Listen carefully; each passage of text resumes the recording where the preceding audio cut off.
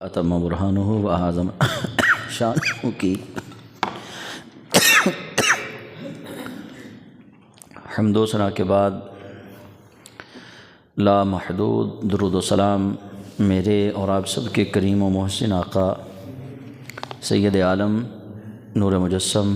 شفیع معظم صلی اللہ علیہ وآلہ وسلم کی ذات اطہر اقدس اشرف اطیب پر، جن کا وجود مسعود آج بھی کائنات ارضی اور مخلوقات سماوی کے لیے باعث رحمت ہے۔ مالک ارض و سما کا ہم پر یہ بہت بڑا احسان ہے کہ ہمیں اپنے گھر تک پہنچنے کی توفیق عطا فرماتا ہے۔ اللہ رب العزت کے حضور یہی التجا ہے کہ مالک اپنے پیارے حبیب علیہ السلام کے وسیلہ جلیلہ سے ہمیں تا دم مرگ مسجد تک پہنچنے کی توفیق عطا فرمائے رکھے۔ جس کو یہ توفیق مل جائے یقیناً وہ خوش قسمت ہے۔ بزرگ فرماتے ہیں کہ اگر رات کے پچھلے پہر آنکھ کھل جائے، تہجد کا وقت ہو اور آنکھ کھلے، دل اللہ کی طرف رجوع کر لے تو سمجھ لو کہ بلاوا آ گیا، مالک نے بلایا ہے، ویسے جاگ نہیں آئی۔ ورنہ ساری ساری رات بندہ جاگتا ہے تکلیف میں یا کسی تقریب میں تو اس کو توفیق نہیں ہوتی، لیکن جب اللہ کی طرف سے بلاوا آتا ہے تو پھر مالک کرم کرتا ہے، دل کے اندر عبادت کی جستجو پیدا ہوتی ہے۔ اللہ رب العزت کا یہ بھی احسان ہے کہ مالک ہمیں قرآن کریم سمجھنے والوں میں اللہ نے ہمیں جگہ دی ہے۔ ہم کوشش کر رہے ہیں کہ قرآن کریم کو پڑھیں، اس کو سمجھیں اور سمجھانے کی کوشش کریں۔ اسی سلسلہ میں جو ہم نے تفسیر القرآن کا اجرا کیا خطبات جمعہ میں، سورہ مائدہ کی 108 نمبر آیت تک ہم سبق پڑھ چکے ہیں۔ آج انشاءاللہ العزیز سورۃ المائدہ کی آیت نمبر 109 سے اپنے سبق کا آغاز کریں گے۔ سبق کا آغاز کرنے سے پہلے میں یہ سمجھتا ہوں کہ آج جو ہم سبق شروع کر رہے ہیں اس سے متعلق چند باتیں پہلے ہم سارے جان لیں۔ میدان محشر کا اللہ کریم جل جلالہ ایک سما، ایک منظر وہ یہاں پہ بیان فرما رہا ہے کہ میدان محشر میں جب ساری مخلوقات اللہ کے حضور حاضر ہوگی، وہاں اللہ کے رسول بھی ہوں گے، اور اللہ تعالیٰ قرآن کا جو اسلوب ہے، جو قرآن کریم کا یہ آیت کا انداز ہے، وہ بتا رہا ہے کہ مالک ارض و سما سب سے پہلے رسولوں سے سوال کرے گا، اور وہ سوال جو اللہ تعالیٰ رسولوں سے کرے گا اس کی بابت یہاں پہ بیان کیا گیا ہے۔ اور سب سے زیادہ اللہ تعالیٰ جس سے سوال کرے گا طویل آیات ہیں، وہ ہوں گے حضرت عیسیٰ ابن مریم۔ تو آج کا جو سبق ہوگا وہ اسی کے ضمن میں ہوگا۔ اللہ کریم ارشاد فرماتا ہے، اعوذ باللہ من الشیطان الرجیم، بسم اللہ الرحمن الرحیم، یوم یجمع اللہ الرسل فیقول ماذا اجبتم قالوا لا علم لنا انک انت علام الغیوب۔ یوم وہ دن، یجمع وہ جمع کرے گا، اللہ وہ دن جس دن اللہ تعالیٰ جمع کرے گا الرسول تمام رسولوں کو، فیقول اور ان سے پوچھا جائے گا اللہ تعالیٰ خود فرمائے گا ماذا اجبتم، ماذا کیا، اجبتم جواب دیا گیا تمہیں، تمہاری امتوں کی طرف سے کیا جواب دیا گیا تمہیں۔ کیا انداز ہے مالک ارض و سما کا۔ اللہ رب العزت کو سارا کچھ پتہ ہے، کوئی ایک چیز اللہ تعالیٰ سے نہیں چھپی ہوئی، کسی کے دل کی حرکت نہیں چھپی ہوئی، کسی کے ذہن کا کوئی ایک گمان اللہ تعالیٰ سے پوشیدہ نہیں ہے۔ لیکن رب قدوس نبیوں سے سوال فرما رہا ہے، یوم یجمع اللہ الرسل فیقول ماذا اجبتم۔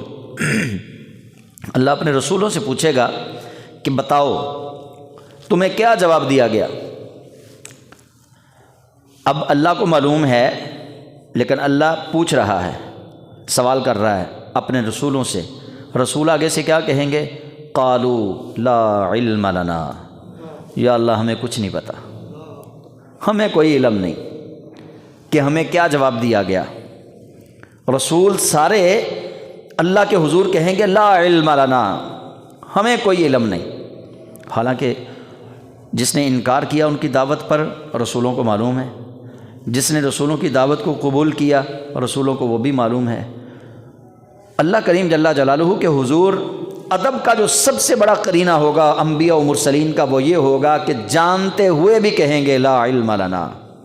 مالک ہم نہیں جانتے، ہم نہیں جانتے۔ انک انت علام الغیوب، بے شک تو ہی غیبوں کا جاننے والا ہے، ہم نہیں جانتے۔ انکار کر دیں گے کہ ہم نہیں کچھ بھی جانتے۔ تو یہاں پہ مفسرین نے بحث کی، انہوں نے کہا کہ جو انبیاء و مرسلین وہاں پہ جواب دیں گے نا نفی میں کہ لا علم لنا، ہمیں کچھ نہیں علم، وہ اللہ کے حضور ادب کا ایک منظر پیش کریں گے وہاں پہ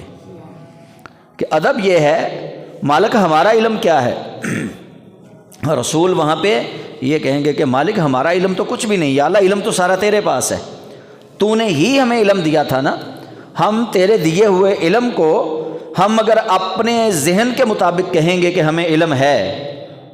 تو بات تو وہ ہونی ہے جو تو نے کرنی ہے۔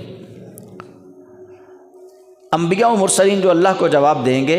وہ جواب ہوگا ظاہر پر کہ یا اللہ، اگر نبیوں نے یہ کہہ دیا رسولوں نے کہ یا اللہ انہوں نے ہماری اطاعت کرنے سے انکار کر دیا تھا، ہو سکتا ہے ان کے دلوں کے اندر کوئی بات ایسی ہو، تو مفسرین کہتے ہیں کہ انبیاء و مرسلین جو انکار کریں گے نا، انکار کی دو وجوہات ہیں۔ نمبر ایک یہ ہے کہ وہ اللہ کے حضور اس لیے کہیں گے کہ یا اللہ ہم نہیں جانتے، کہ اللہ ان کے دلوں کے بھید جو ہیں ان سے واقف ہے۔ انبیاء و مرسلین ادب کے لیے خاموش ہو جائیں گے کہ ہم ان کی ظاہری حالت بیان کریں گے، ہو سکتا ہے اللہ کریم نے سوال ہم سے ان کی باطنی حالت کے متعلق کیا ہو۔ اس لیے انبیاء و مرسلین وہ ایک مختصر سا جواب دیں گے لا علم لنا، ہم نہیں جانتے۔ اور صحابہ کرام علیہم الرضوان کا ادب آپ دیکھیے کہ وہ رسول کریم علیہ السلام جب ان سے پوچھتے نا، حضور نے پوچھا آج دن کیا ہے،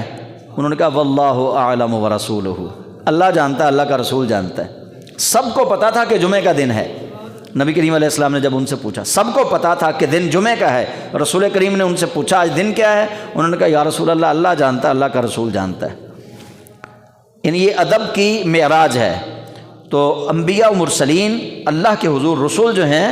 وہ جواب دیں گے یا اللہ ہم نہیں جانتے کہ ہمیں انہوں نے کیا جواب دیا ہماری امتوں نے، تو غیبوں کا جاننے والا ہے۔ پھر اللہ کریم جل جلالہ توجہ فرمائے گا جناب عیسیٰ ابن مریم کی طرف، اذ قال اللہ یا عیسیٰ ابن مریم، جب اللہ فرمائے گا، جب اللہ نے کہا اے عیسیٰ ابن مریم، اذکر نعمتی علیک وعلی والدتک،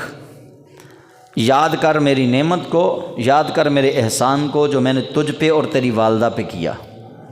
وہاں میدان محشر میں اللہ کریم حضرت عیسیٰ ابن مریم سے کہے گا کہ یاد کر تجھ پہ کتنی بڑی نعمت کی اور تیری والدہ پہ، اس احسان کو یاد کر۔ کیا احسان ہے؟ فرمایا اذ ایدتک بروح القدس، جب تیری مدد روح القدس سے کی، تکلم الناس فی المہد وکہلا، تم سے کلام کروایا پنگوڑے کے اندر، اذ ایدتک بروح القدس، روح القدس کے ذریعے تمہاری مدد کی، تکلم الناس فی المہد وکہلا، پنگوڑے کے اندر بچپن میں تم سے کلام کروایا، وَإِذْ عَلَّمْتُكَ الْكِتَابَ وَالْحِكْمَةَ وَالتَّوْرَاةَ وَالْإِنْجِيلَ، اور تجھے کتاب عطا کی، حکمت عطا کی، تورات اور انجیل بھی عطا کی، اس کا علم عطا کیا، اور تجھے میں نے علم دیا کتاب کا، حکمت کا، تورات کا، انجیل کا۔ یہیں پہ بس نہیں، یہ عیسیٰ ابن مریم سے اللہ گفتگو فرمائے گا، وَإِذْ تَخْلُقُ مِنَ الطِّينِ كَهَيْئَةِ الطَّيْرِ بِإِذْنِي، اور اس نعمت کو یاد کرو جب تم میرے حکم سے کہتے تھے، تم میرے حکم سے بناتے تھے، من الطین، مٹی سے، کہیئۃ الطیر، پرندے کی صورت، باذنی، میرے حکم سے۔ یہ بھی تجھ پہ میں نے احسان کیا کہ جب تو مٹی سے پرندے کی صورت بناتا تھا میرے حکم سے، فتنفخو، پھر اس کے اندر پھونک مارتا تھا، فیہا، اس میں، فتکون طیرا باذنی، پس وہ پرندہ بن جاتی تھی میرے اذن سے۔ یعنی جو عیسیٰ علیہ السلام کرتے رہے، معجزات لوگوں کو دکھاتے رہے، مردے زندہ کیے، پرندے بنائے مٹی سے، اللہ تعالیٰ ان سب کو اب اپنی طرف منسوب فرما رہا ہے کہ باذنی باذنی باذنی، وہ اذن تو میرا ہی تھا نا۔ وَتُبْرِئُ الْأَكْمَحَ، اور تو نے شفا بخشی مادرزاد اندھوں کو،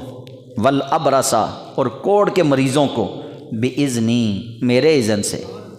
وَإِذْ تُخْرِجُ الْمَوْتَى بِإِذْنِي، اور تو نے میرے حکم سے مردوں کو نکالا، یعنی زندہ کیا، وَإِذْ تُخْرِجُ الْمَوْتَى بِإِذْنِي، تو نے مردوں کو زندہ کیا میرے اذن سے، وَإِذْ كَفَفْتُ بَنِي إِسْرَائِيلَ، کفف تو ہم لفظ بولتے ہیں نا، کافی ہے، اور پھر اللہ فرما رہا ہے اور جب میں کافی ہوا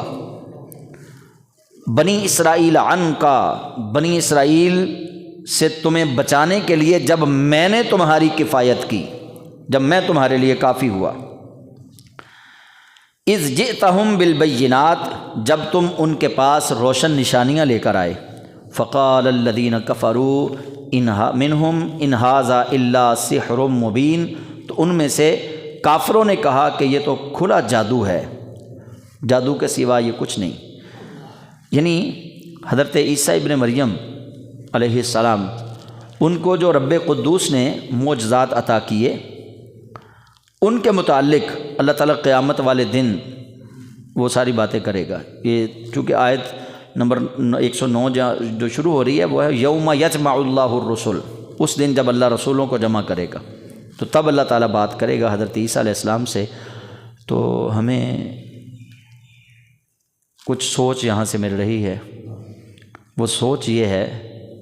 کہ جب اللہ عیسیٰ ابن مریم جیسے اپنے رسول پر انعام کر کے پھر اللہ تعالیٰ اس سے پوچھ رہا ہے ان سے، تو ہمیں نہیں پوچھے گا؟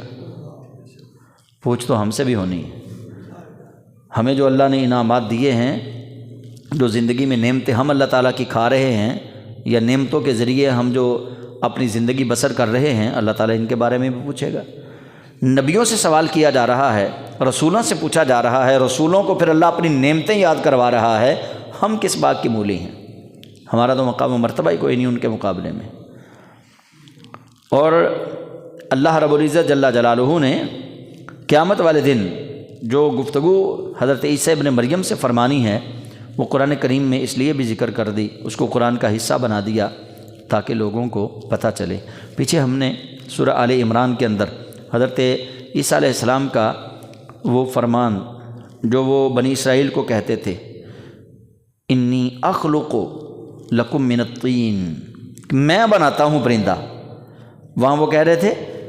سورہ آل عمران میں ہے کہ انی اخلق، میں خالق ہوں، میں بناتا ہوں پرندہ، من الطین، مٹی سے، کہیئۃ الطیر، پرندے جیسا، پرندے کی صورت کا، فانفخ، میں پھونک مارتا ہوں، فیہ، اس میں، وابرئ الاکمہ، میں مادرزاد کوڑیوں کو اندھوں کو ٹھیک کرتا ہوں، وابرئ الاکمہ والابرص، میں مادرزاد اندھوں کو ٹھیک کرتا ہوں، میں کوڑیوں کو شفا دیتا ہوں، وَأُحْيِي الْمَوْتَى بِإِذْنِ اللَّهِ، اور میں زندہ کرتا ہوں مردوں کو اللہ کے اذن سے۔ وہاں وہ کہہ رہے ہیں کہ میں زندہ کرتا ہوں، میں شفا دیتا ہوں، میں پرندے بناتا ہوں مٹی سے۔ تو قیامت والے دن اللہ کریم فرمائے گا وہ جو تو نے پرندے زندہ کیے تھے نا، وہ اذن تو میرا ہی تھا، وہ جو تو نے مردے زندہ کیے تھے اذن تو میرا ہی تھا، وہ جو کوڑیوں کو شفا بخشی تھی اذن تو میرا ہی تھا، وہ جو نابیناؤں کو، اندھوں کو، مادرزاد اندھوں کو آنکھوں کا نور دیا تھا اذن تو میرا ہی تھا۔ تو یہ اللہ تعالیٰ نے گویا مہر لگا دی کس بات پر؟ کہ انبیاء و مرسلین کو یا اولیاء صالحین کو جو بھی کوئی کمال ملتا ہے وہ کمال دراصل اللہ کی طرف سے ہوتا ہے، وہ اصل کمال اللہ کی طرف سے ہے۔ تبھی تو میں نے شاید پچھلے لیکچر میں یا اس سے پچھلے میں نے وہ حدیث قدسی پڑھی تھی کہ اللہ تعالیٰ فرماتا ہے کہ فَكُنْتُ سَمْعَهُ الَّذِي يَسْمَعُ بِهِ وَبَصَرَهُ الَّذِي يُبْصِرُ بِهِ وَيَدَهُ الَّتِي يَبْطِشُ بِهَا۔ تو اللہ تعالیٰ پھر اس بندے کے ہاتھ کیسے بنتا ہے، کان کیسے بنتا ہے، آنکھ کیسے بنتا ہے، دراصل پیچھے حکم اللہ کا ہوتا ہے، وہ بندہ اللہ کا ہوتا ہے، بول رہا ہے، پکڑ رہا ہے، چل رہا ہے، پیچھے طاقت خدا تعالیٰ جل جلالہ کی ہوتی ہے۔ تو حضرت عیسیٰ علیہ السلام کو اللہ تعالیٰ یہ ساری باتیں جو ہیں وہ یاد کروائیں گے۔ اور پھر ایک بات اور اللہ تعالیٰ نے کہی، وَإِذْ أَوْحَيْتُ إِلَى الْحَوَارِيِّينَ، اور جب میں نے تمہارے حواریوں پر وحی کی، جب تمہارے حواریوں پر وحی کی، اوحیت، میں نے وحی کی۔ اچھا، وحی کا لفظ جو ہے یہ اللہ تعالیٰ کی طرف سے حضرت سیدہ مریم کے لیے بھی بولا گیا، اور حضرت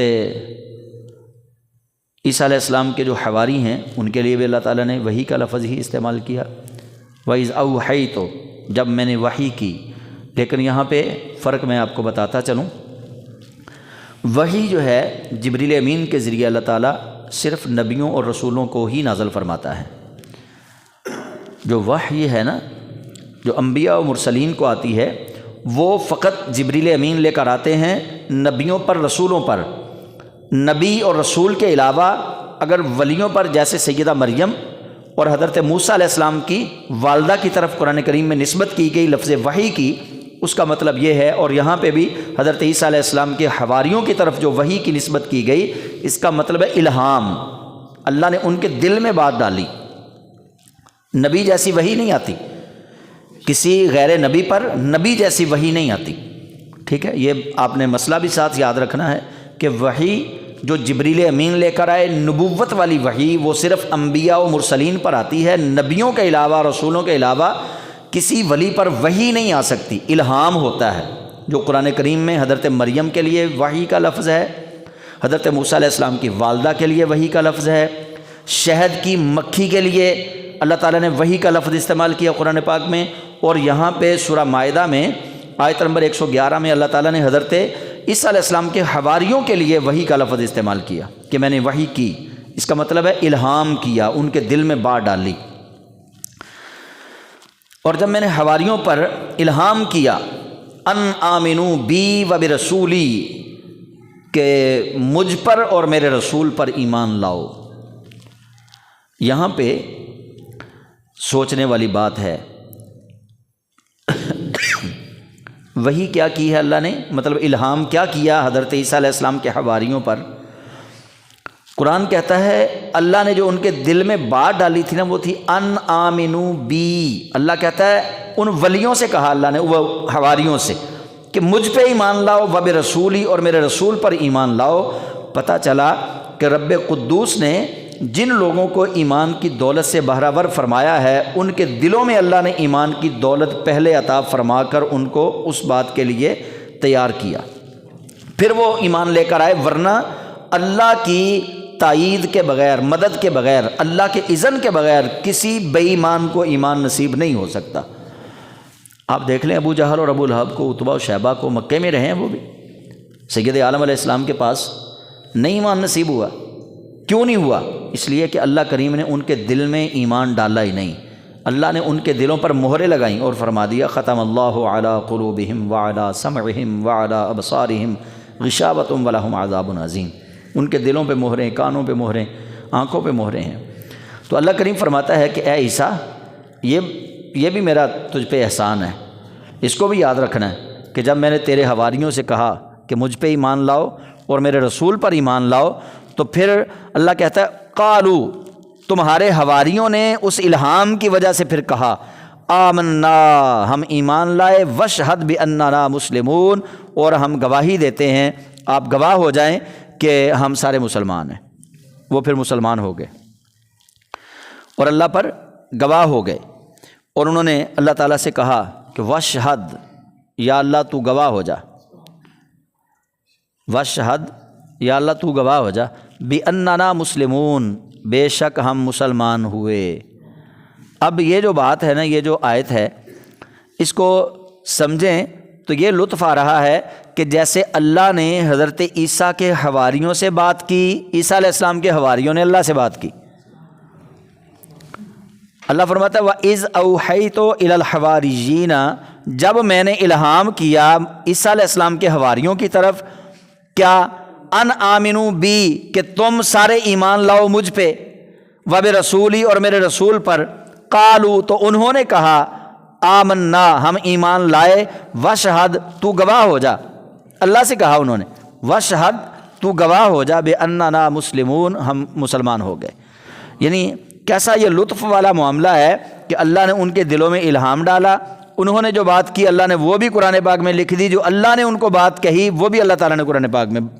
قرآن بنا دیا اس کو۔ ہاں جی، کیسے لطف والی بات ہے۔ اور یہاں ہمیں ایک اور جو چیز ہے وہ مل رہی ہے، وہ چیز یہ ہے کہ اگر اللہ رب العزت عیسیٰ ابن مریم کے جو حواری ہیں، حواری کہتے ہیں ساتھیوں کو، ٹھیک ہے، جیسے نبی علیہ السلام کے جو ساتھی تھے ان کو قرآن نے کہا صحابی، جو حضرت عیسیٰ علیہ السلام کے ماننے والے تھے، جو ان کے قریبی لوگ تھے، ساتھی تھے، ان کو کہا حواری۔ حواریون کا لفظ بھی آیا، حواریین کا لفظ بھی قرآن پاک میں آیا، حواری کا لفظ بھی قرآن پاک میں آیا۔ تو اللہ تعالیٰ اگر عیسیٰ ابن مریم ان کی امت کے لوگوں سے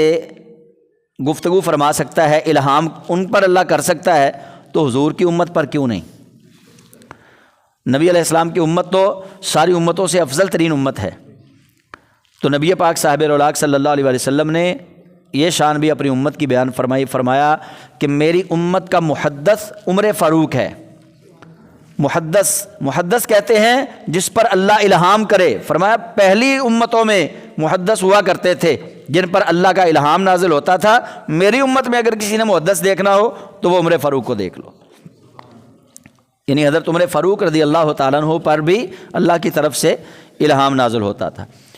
تو نبی کریم رؤوف الرحیم صلی اللہ علیہ وسلم کے نام لیواؤ، اب بہت ساری باتیں یہاں پہ سوچنے والی ہیں۔ آپ دیکھیے اللہ تعالیٰ قیامت والے دن انبیاء و مرسلین کو جمع فرمائے گا، ان سے پوچھے گا ماذا اجبتم، تمہیں کیا جواب دیا گیا؟ بات وہی ہے جو پچھلے لیکچر میں نے کہی کہ رسول کریم علیہ السلام نے فرمایا کلکم راعن و کلکم مسئول عن رعیتہ، تم میں سے ہر ایک کو اللہ نے نگران بنایا ہے، اور جو نگران ہے اس سے اللہ سوال پوچھے گا۔ انبیاء و مرسلین بھی اللہ نے ان کو بھی راعن بنا کر بھیجا، امتوں کا نگران بنا کر بھیجا۔ تو اللہ کریم جب انبیاء و مرسلین سے پوچھ رہا ہے تو پھر ہم کدھر جائیں گے؟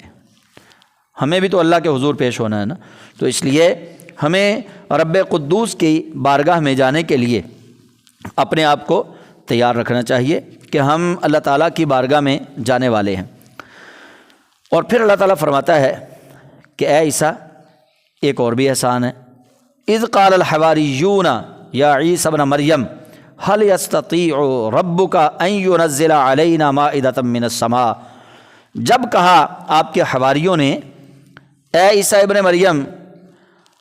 اب نبی پاک علیہ السلام کے جو یار تھے نا وہ تو سارے بے مثال تھے، انہوں نے تو سوال کیا ہی نہیں حضور سے کہ یا رسول اللہ یہ کر کے دکھائیں تب کلمہ پڑھیں گے، یہ کر کے دکھائیں تب کلمہ پڑھیں گے، یا رسول اللہ آپ کا رب یہ کیوں نہیں کر دیتا اور آپ کا رب یہ کیوں نہیں کر دیتا، کوئی صحابہ نے ایسا سوال نہیں کیا۔ اب حضرت عیسیٰ علیہ السلام کے جو حواریون تھے ان کے بارے میں اللہ فرماتا ہے جب کہا حواریوں نے اے عیسیٰ ابن مریم هل یستطیع ربک، کیا تیرا رب طاقت رکھتا ہے ان ينزل علینا مائدۃ من السماء کہ ہم پر آسمان سے دسترخوان نازل کرے، کیا تیرا رب یہ طاقت رکھتا ہے؟ حضرت عیسیٰ ابن مریم حیران ہو گئے کہ اتنا بڑا سوال انہوں نے کر دیا میرے رب کے بارے میں۔ هل یستطیع، کیا وہ طاقت رکھتا ہے ربوں کا تیرا رب، ان ينزل علینا مائدۃ من السماء کہ آسمان سے وہ مائدہ نازل کرے، دسترخوان نازل کرے آسمان سے پکے پکائے کھانے کا، کیا تیرا رب یہ طاقت رکھتا ہے؟ قالا، انہوں نے کہا اتقوا اللہ، اللہ سے ڈرو، ان کنتم مؤمنین، اگر تم مومن ہو تو اللہ سے ڈرو۔ قالوا نريد ان ناکل منها وتطمئن قلوبنا، قالوا انہوں نے کہا نريد، ہم یہ چاہتے ہیں، ہم یہ ارادہ رکھتے ہیں، ان ناکل منها کہ ہم کھائیں اس دسترخوان سے، وتطمئن قلوبنا اور ہمارے دل جو ہیں وہ مطمئن ہو جائیں، ونعلم ان قد صدقتنا ونکون علیہا من الشاہدین، اور آپ نے ہم سے سچ کہا تھا، ہم اس پر گواہی دینے والوں میں سے ہو جائیں گے، ہم پھر اللہ پر گواہی دے دیں گے، ہم جانتے ہیں کہ آپ نے جو ہمیں اللہ کے بارے میں بتایا وہ سچ کہا ہے، وَنَكُونَ عَلَيْهَا مِنَ الشَّاهِدِينَ، آپ کی کہی ہوئی بات پر ہم سارے شاہدین ہو جائیں گے، گواہ ہو جائیں گے۔ پھر حضرت عیسیٰ علیہ السلام پہلے تو ان کو ڈراتے رہے، لیکن وہ جب بضد ہوئے آپ نے پھر دعا مانگی۔ قال عیسی ابن مریم، کہا عیسی ابن مریم نے، اللہم ربنا انزل علینا مائدۃ من السماء، یا اللہ اے ہمارے رب نازل کر آسمان سے مائدہ، دسترخوان، تکون لنا عیداً، وہ ہو جائے ہمارے لیے عید کا دن، لأولنا و آخرنا و آیۃ منک، ہمارے پہلوں کے لیے بھی، ہمارے بعد میں آنے والوں کے لیے بھی، و آیۃ منک، اور تیری طرف سے نشان ہو جائے، ورزقنا، اور ہمیں عطا کر، وانت خیر الرازقین، اور تو بہترین رزق دینے والا ہے۔ یہ حضرت عیسیٰ علیہ السلام نے دعا کی، پہلے آپ نے ان کو بات سمجھائی۔ واقعہ کچھ یوں ہے، انہوں نے جب یہ کہا تو عیسیٰ علیہ السلام نے ایک مشاورت کا پیریڈ جو ہے وہ ان سے طے کیا، فرمایا آ جاؤ، سارے وہ جتنے بڑے لوگ تھے ان کو بٹھایا۔ عیسیٰ علیہ السلام نے ان کو سمجھایا، فرمایا دیکھو میں نے دعا کر دینی ہے اور اللہ نے میری دعا پوری بھی کر دینی ہے، لیکن اگر بعد میں تم میں سے کوئی مکر گیا، کسی نے کفر کیا، پھر اللہ کو نہ مانا، تو اتنا سخت عذاب آئے گا، وہ عذاب ٹلے گا نہیں۔ پھر یہ پہلے دیکھ لیں، جو غریب لوگ تھے نا، اپاہج، معذور، کمزور غریب لوگ، وہ ڈرے، جو امیر تھے وہ نہیں ڈرے۔ انہوں نے کہا نہیں نہیں، اگر تمہارا رب اتنے پاور والا تو بس اس کو کہو حل یستطیع ربک ان ینزل علینا مائدۃ من السماء، اگر تمہارا رب طاقت رکھتا ہے تو پھر مائدہ اتار کے دکھائے ہمیں، ہم تو پھر مانیں گے، پھر ہمیں اطمینان قلب ملے گا۔ آپ نے فرمایا دیکھ لو، میں پھر کہتا ہوں باز آ جاؤ، نہ یہ مائدہ طلب کرو، تم سے یہ اللہ کی اس نعمت کا شکر ادا نہیں ہوگا، تم نے کفر کر دینا ہے اور تم سارے رگڑے جاؤ گے۔ وہ جب نہ مانے تب حضرت عیسیٰ علیہ السلام نے اللہ تعالیٰ سے پھر یہ دعا مانگی، تو پھر رب قدوس نے جب انہوں نے دعا مانگی تو اللہ کریم نے پھر بھنی ہوئی مچھلی جو ہے وہ بھیجی، اور اس مچھلی سے تیل نکل رہا تھا، ساتھ میں 5 روٹیاں بھی تھیں، انار بھی تھا، اور ہر قسم کی سبزی بھی تھی، پکا پکایا وہ خوان جو ہے وہ نازل ہو گیا۔ عیسیٰ علیہ السلام نے جب وہ نازل ہوا، آپ نے ایک بات یہ کہی، آپ نے فرمایا سن لو، کوئی اس میں سے چھپائے گا نہیں، یہ نہ ہو کہ تم اس کو چھپا لو، اگر کسی نے ایک لقمہ بھی اس میں سے چھپایا تو یہ نعمت سب سے چھن جائے گی، جمع نہیں کرنا، بس کھانا ہے۔ اور دوسرا آپ نے فرمایا کہ چلیں جی کھائیں۔ جو بڑے بڑے تھے نا قریبی، وہ کہنے لگے جی پہلے ایسا کریں کہ کوئی اور نشانی دکھا دیں، کوئی اور نشانی دکھا دیں، دسترخوان آ چکا، اب پھر وہ کہتے جی اور نشانی دکھا دیں۔ تو عیسیٰ علیہ السلام اللہ تعالیٰ کے رسول تھے، نبی تھے، آپ نے مچھلی جو تھی نا اس کے اوپر ہاتھ پھیرا، مچھلی زندہ ہو گئی۔ اب جب مچھلی زندہ ہوئی، اس نے اپنا منہ کھولا، آنکھیں کھولیں، تو وہ ڈر گئے،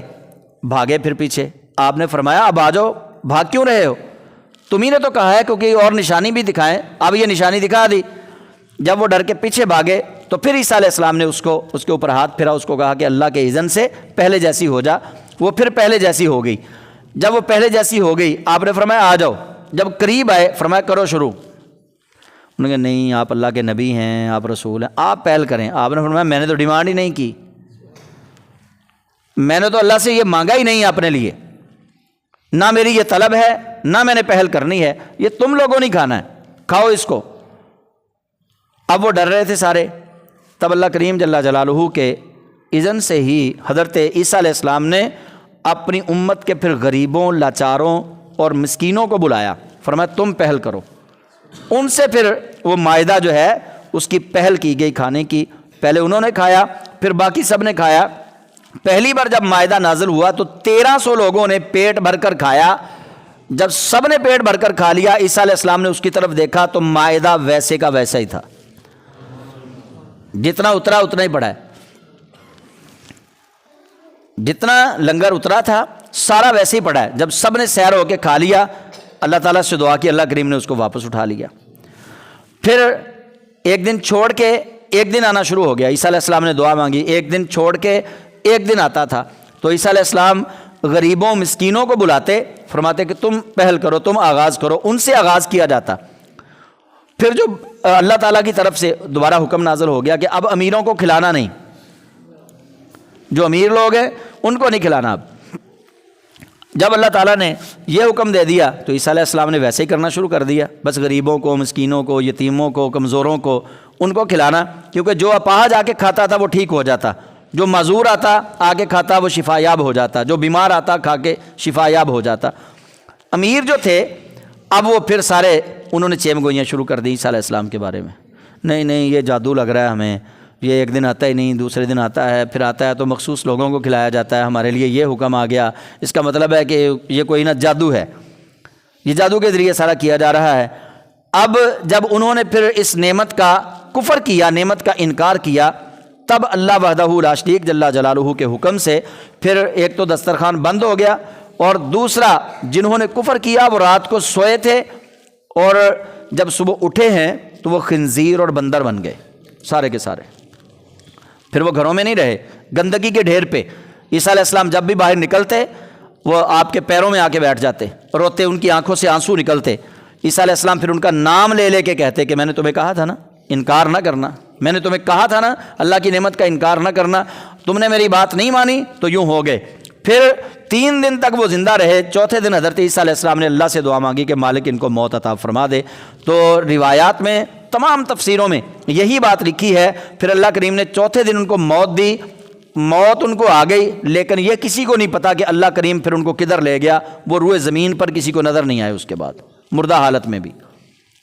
تو یہ واقعہ جو ہے مائدہ والا ہمیں بہت ساری تعلیم ہمیں دے رہا ہے۔ سب سے پہلے تو آپ دیکھیے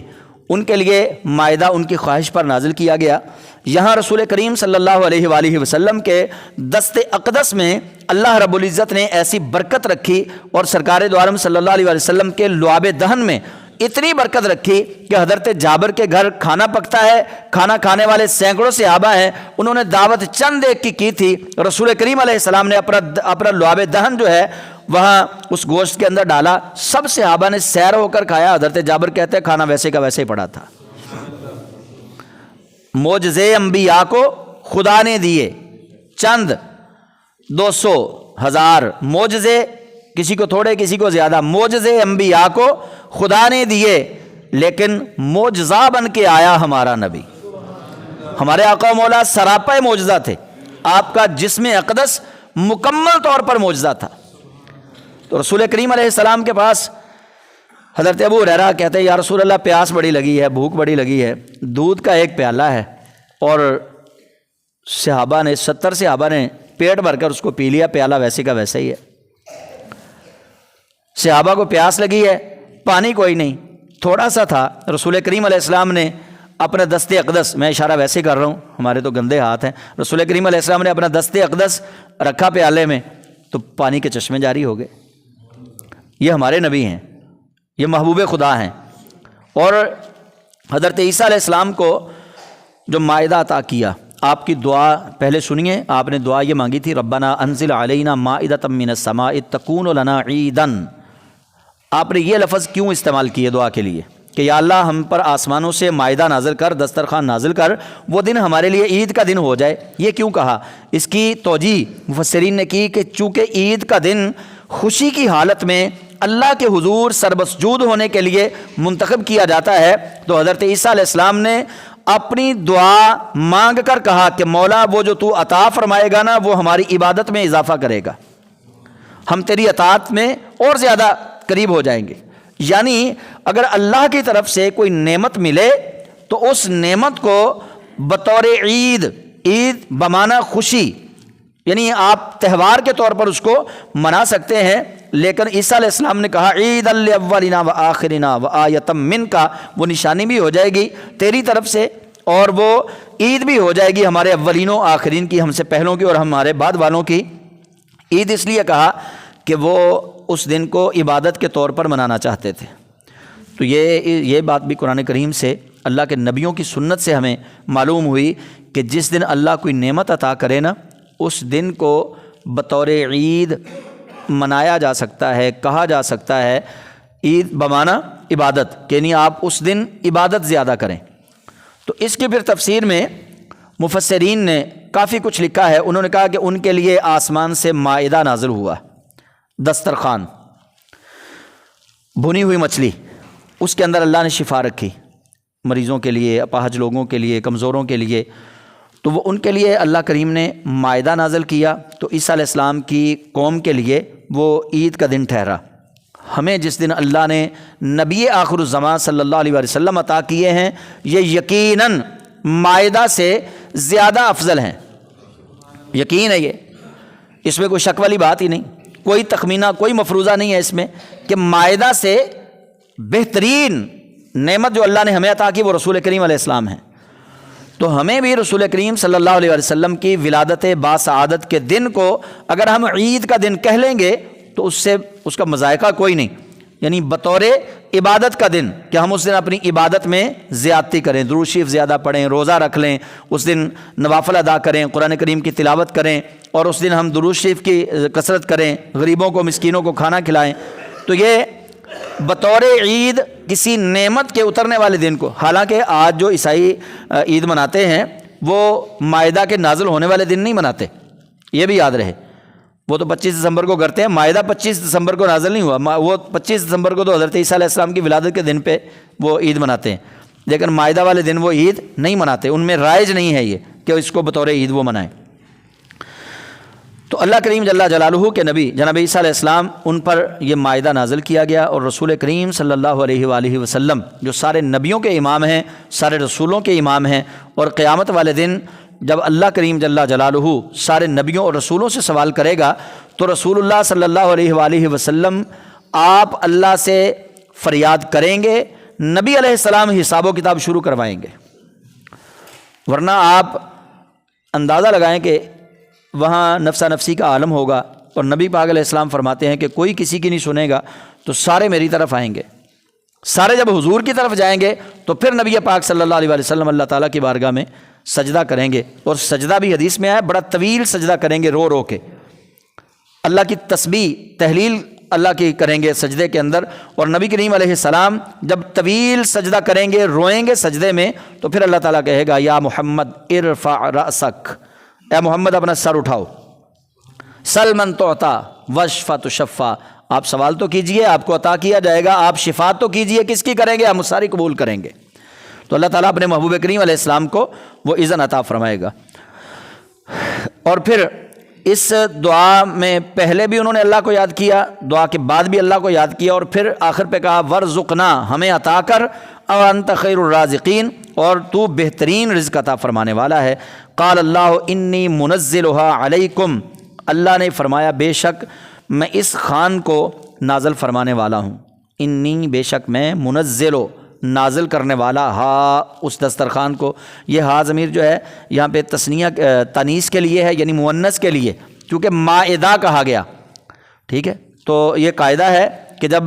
گول ہے جو ہے نا وقف کی حالت میں تے جو ہے یہ گول ہے بن جاتی ہے، اور تائے تنیس اس کو کہتے ہیں مؤنث کے لیے۔ تو اللہ فرماتا ہے بے شک میں نازل کرنے والا ہوں علیکم تم پر خوان،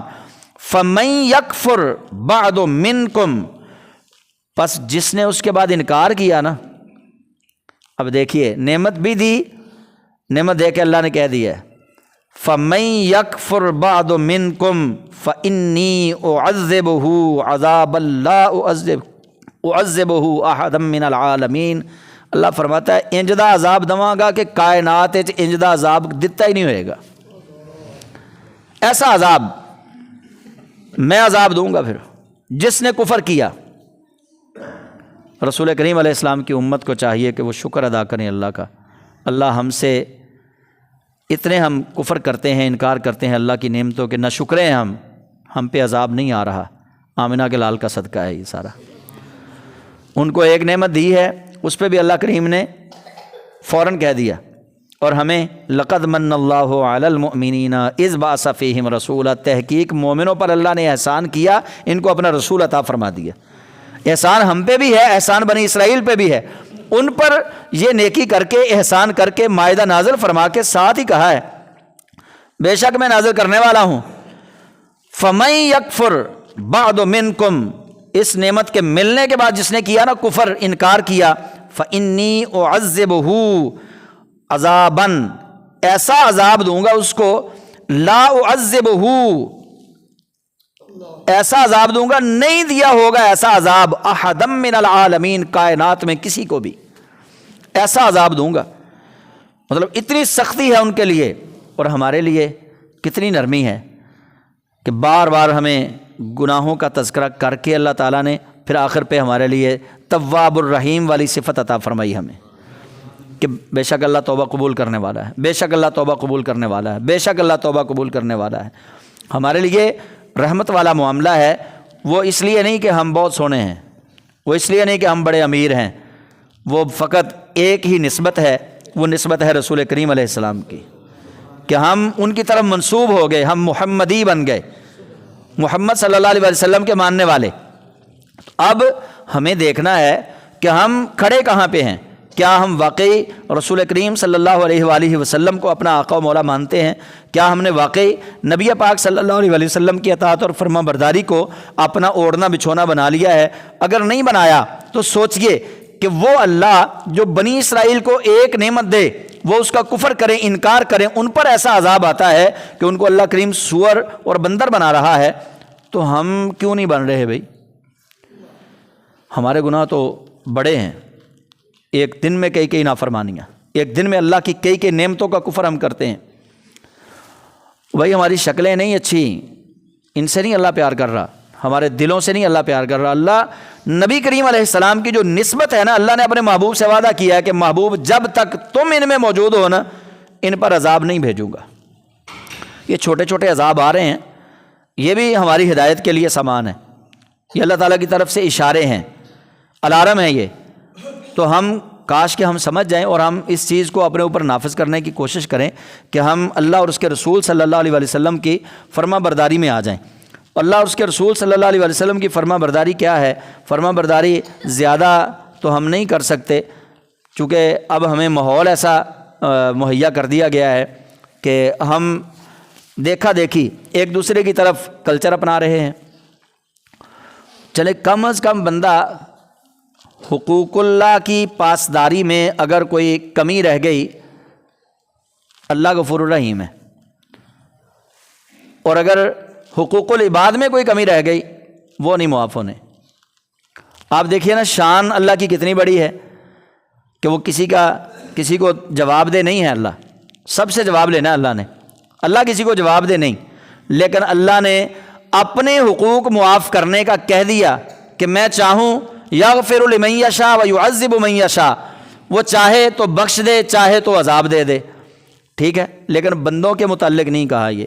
کہ تم میرے بندوں کا نقصان کر کے، میرے بندوں کو تکلیف دے کے پھر اگر مجھ سے معافی مانگو گے، تو رب تعالیٰ نے یہ ضابطہ نہیں بنایا، فرمایا جب تک اس بندے سے معافی نہیں نہ مانگ لیتے، وہ بندہ معاف نہیں کر دیتا، اتنی دیر تک میں معاف نہیں کروں گا۔ تو یہاں میں اکثر کہتا ہوں اللہ نے ایک عام سے بندے کو یہ اتھارٹی دی ہے، عام سا بندہ، اس کو آپ ناراض کر دیں، اس کا حق تلف کریں، اس کی چغلی کریں، غیبت کریں، اس کے بعد اللہ سے مانگے معافی،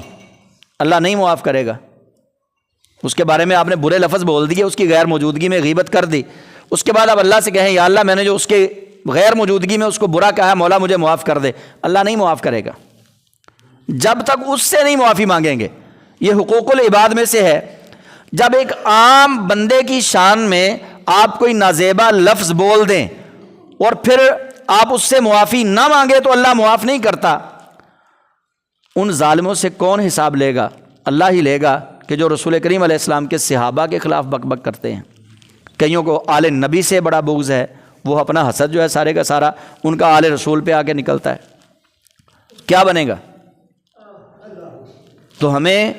یہ سوچنا ہے کہ ہم مسلمان ہیں، اللہ اور اس کے رسول صلی اللہ علیہ وسلم کی اطاعت اور فرما برداری میں ہمیں آنا ہے۔ ہم نے 5 وقت کی نماز کا اہتمام کرنا ہے، جھوٹ سے بچنا ہے، چغلی سے بچنا ہے، غیبت سے بچنا ہے۔ یہ چھوٹے چھوٹے گناہ جن کو ہم سمجھتے ہیں یہ چھوٹے نہیں ہیں۔ غیبت آپ دیکھ لیں، دیکھنے کو ایک چھوٹی سی بات ہے۔ ایک عورت نبی علیہ السلام کے پاس آئی مسئلہ پوچھنے کے لیے، وہ واپس جانے لگی، قد چھوٹا تھا، تو حضرت عائشہ صدیقہ رضی اللہ تعالیٰ عنہا ہماری ماں، ان کے منہ سے یہ نکلا کہ یہ ٹھگنی ہے، چھوٹے قد کی ہے یہ۔ نبی علیہ السلام نے اسی وقت استغفار کا آغاز فرمایا، اس سے معافی طلب کرنی چاہیے آپ کو۔ یہی تو غیبت ہے کہ وہ بات جو کسی کی غیر موجودگی میں کی جائے، جو اس کے سامنے کرے تو اس کو بری لگے، کسی کا عیب۔ تو یہ اللہ نے ہمیں منع فرمایا ہے ان چیزوں سے، رسول کریم علیہ السلام نے منع فرمایا ہمیں، تو ہمیں اللہ تعالیٰ کی نعمتوں کا شکر بھی ادا کرنا ہے۔ ہر روز رات کو سونے سے پہلے بندہ اپنے لیے میدان محشر خود ہی بنا لے تو سب سے اچھا ہے۔ رات کو بستر پہ لیٹ کے بس پورا دن کون سا بہت بڑا ہے، پورے دن میں آپ سوچئے کہ آج کون کون سے گناہ کیے، کس کس کا حق مارا، کس کس سے ہم نے بدتمیزی کی، کس سے ہم نے لڑائی کی، کیوں کی، کیا میں نے آج ٹھیک کیا۔ بس رات کو آپ چارپائی پہ 5 منٹ اپنے آپ کو دے دیں، سارا حساب ہو جائے گا پورے دن کا۔ محاسبہ کر کے سویا کریں۔ بزرگان دین نے محاسبہ نفس پر بڑا زور دیا ہے۔ جو بندہ اپنے نفس کا خود محاسبہ کرتا ہے وہ اللہ کے حضور حاضر ہونے کے لیے اپنا حساب جو ہے نا اس کو ٹھیک رکھنے کی بڑی پھر کوشش کرتا ہے۔ اللہ تعالی ہمیں معافی عطا فرمائے، اللہ تعالی ہمیں باعمل مسلمان بنائے۔ آمین۔ وآخر دعوانا ان الحمد للہ رب العالمین۔